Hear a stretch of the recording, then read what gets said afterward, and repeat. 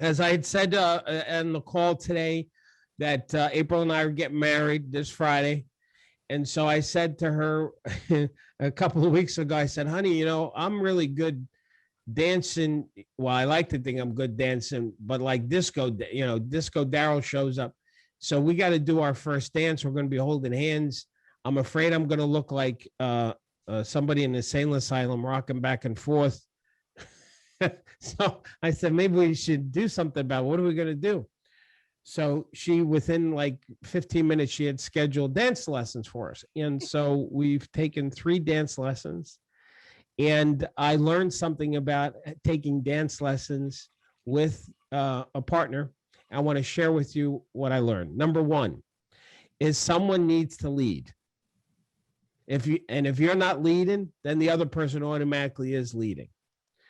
So it's kind of like a listing appointment, right? When you are in a listing appointment, somebody's leading, and that's either going to be you or it's going to be the homeowner. Now, how do you lead? You've got to know the dance better than your partner. So if the homeowner is your partner, you've got to really know your conversation, what you plan on saying, and where you want to end up on the dance floor with your partner, that again being the seller. So really knowing your dance, really knowing your listing appointment will help you in leading. The second thing that I've learned is even if you're leading, you still have to sense your partner. A good leader will give the partner what the partner needs or wants. So it's not just about you taking complete control, but that's why you have a partner. You got to sense your partner. Same thing on a listing appointment. You have to send. You may go into a listing appointment with a pre-planned dance, a listing conversation, but you have to be willing to rewrite the dance based on your partner and who they are, what's important to them, their time frame. Things don't go as you plan. So if you know the dance routine really well, it also not only empowers you to lead, but it also gives you the ability to quickly pivot and reinvent your dance on the spot. And you can't do that without sensing what your partner wants. The third thing I learned in my dance lessons with April is leading doesn't always necessarily mean being right. So you have to be willing to let your partner make mistakes and to adapt to that and to let go. It's a dance. It's got to flow, So anyway, true, by the way, is in relationships. Vicky said, I think, doing a seminar on relationships. Part of being a good partner in relationships, I'm not a relationship expert, but here's what I do know is you can't be right. You can't be committed to being right and be committed to the relationship.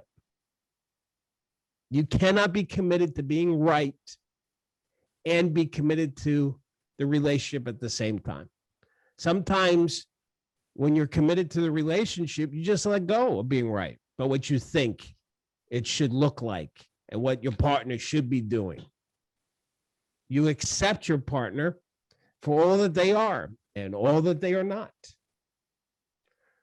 The other thing I learned in my dance lessons is when you mess up, have a go-to move. Have a go-to move. Have something like with April and I, our go-to move is when we mess up, we spin. We'll just go into the spin, because then the spin will recenter us and then we'll be able to go back on track with the dance. In a listing appointment, my go-to move was always this. I would always, a homeowner would say something to me. I would say, well, let me ask you a question. Now, when I would say that, let me ask you a question, I had no idea what that question was going to be. But in those 6 words or however many words it was, it gave me a pause, a moment to figure out what I was going to ask. Let me ask you a question. The other thing I would do, my go-to move on a listing appointment, is to really be present. Really be present.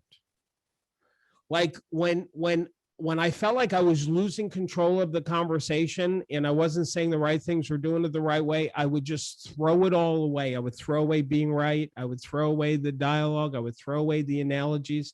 And I would just really be present to the homeowner, because if I could really tune into the homeowner, I'm out of my head. I'm focused on them, and I have who they are and their concerns and their comments dictate what I should now say. In a sense, I almost gave up leading the dance just so I can sense better what to do.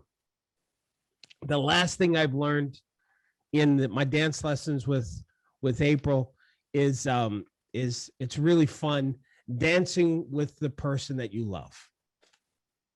There's something special, unique when it's with the person that you love, and which is true about life. We should only be dancing with the people in our life that we don't have to love them, but that we want to be with, that we enjoy to be with, that makes our hearts smile.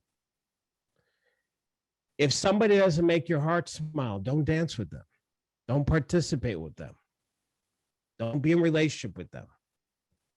Dance with people you want to dance with. There's a lot of crazy things happening in the world right now still. And if it doesn't make your heart smile, don't dance with it. Don't participate with it.